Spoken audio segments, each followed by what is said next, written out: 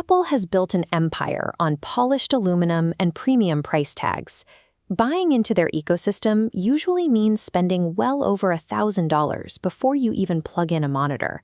But look at what most of us actually do when we sit down at a desk. We open a web browser, type up documents, and stream movies. Buying a high-end traditional machine like this iMac setup for those simple tasks means paying for raw computing power you will almost certainly never use. Apple recently tried to address this with a budget-friendly laptop called the MacBook Neo, but low supply has made it incredibly hard to actually find one in stock. That leaves millions of budget-conscious buyers stuck. They want the smooth, reliable macOS experience, but they are effectively blocked by a heavy Pro tax. The desktop market doesn't need another heavy-duty powerhouse. It needs a machine precisely calibrated for the 90% of tasks we do every single day. Enter the rumored Mac Neo. Reports indicate Apple is preparing to release an ultra-compact desktop priced around $299, or roughly 25,000 rupees. That halves the entry cost of their standard lineup. To hit that number, Apple had to make aggressive cuts to the hardware. First to go is the heavy, expensive metal enclosure, replaced entirely by a colorful plastic shell. Yet, switching to plastic doesn't mean it looks cheap. The engineering process specifically aims to retain the clean, stylish aesthetic of their higher-end products. Look at the Mac Mini here. Apple already knows how to shrink a desktop. The Mac Neo pushes this even further, reducing the computer footprint to the size of a standard TV streaming box. To keep that tiny form factor and low cost, the back panel strips away the usual array of connections. You get exactly 2 basic ports, just enough to plug in a monitor and a keyboard.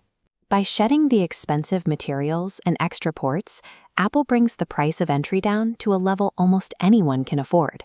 Of course, buying a $299 plastic box sounds like a recipe for a sluggish, extremely frustrating computer.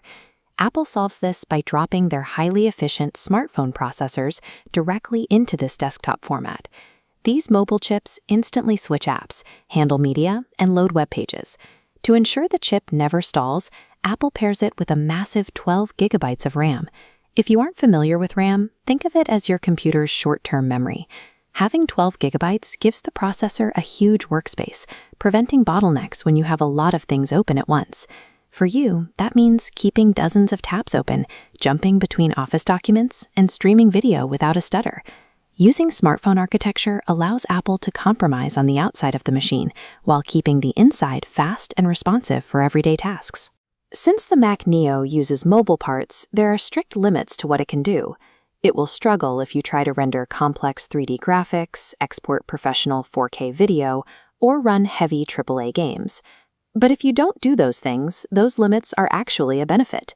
You aren't paying a premium for professional capabilities you will never touch. By utilizing existing smartphone components, Apple can mass-produce these desktops quickly, keeping manufacturing costs remarkably low. This pricing strategy breaks down the financial barrier that kept a whole demographic of users out of the Apple ecosystem. The Mac Neo is built on a very specific idea. The right computer for you doesn't have to be the most powerful one on the shelf. A simple machine, tailored exactly to the work you do every day, is often the smartest purchase you can make.